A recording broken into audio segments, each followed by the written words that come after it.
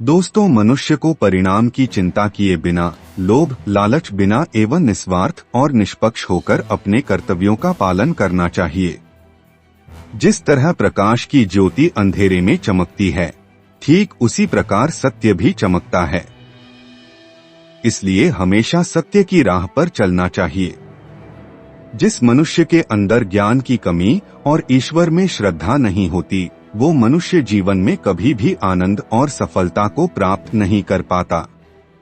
जब जब इस धरती पर पाप, अहंकार और अधर्म बढ़ेगा, तो उसका विनाश कर धर्म की पुनः स्थापना करने हेतु मैं अवश्य अवतार लेता रहूंगा।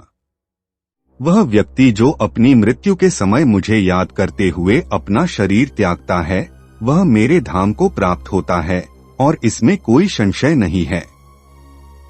जन्म लेने वाले के लिए मृत्यु उतनी ही निश्चित है जितना कि मृत होने वाले के लिए जन्म लेना। इसलिए जो अपरिहार्य है उस पर शोक मत करो।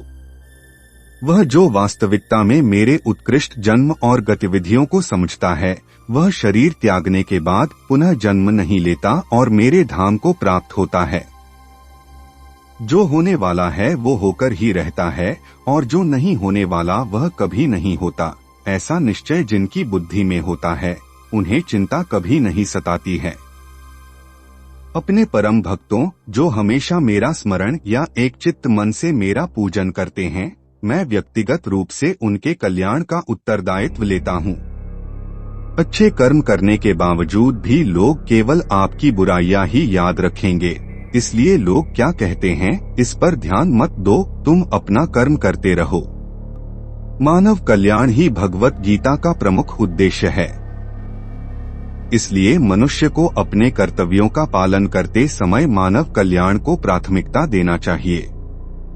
इतिहास कहता है कि कल सुख था, विज्ञान कहता है कि कल सुख होगा, लेकिन धर्म कहता है कि अगर मन सच्चा और दिल अच्छा हो तो हर रोज सुख होगा।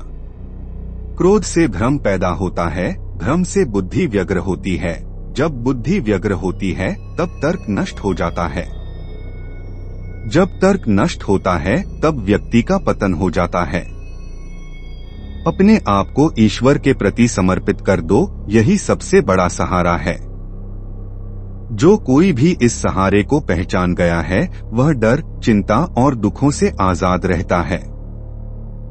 मनुष्य को अपने कर्मों के संभावित परिणामों से प्राप्त होने वाली विजय या पराजय, लाभ या हानि, प्रसन्नता या दुख इत्यादि के बारे में सोचकर चिंता से ग्रसित नहीं होना चाहिए।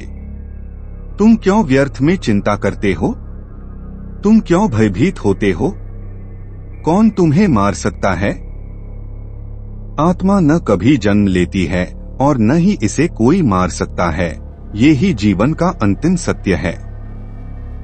श्रेष्ठ पुरुष को सदैव अपने पद और गरिमा के अनुरूप कार्य करने चाहिए, क्योंकि श्रेष्ठ पुरुष जैसा व्यवहार करेंगे तो इन्हीं आदर्शों के अनुरूप सामान्य पुरुष भी वैसा ही व्यवहार करेंगे। दोस्तों, और भी ऐसे ही जानकारी के लिए हमारे चैनल को सब्सक्राइब करें।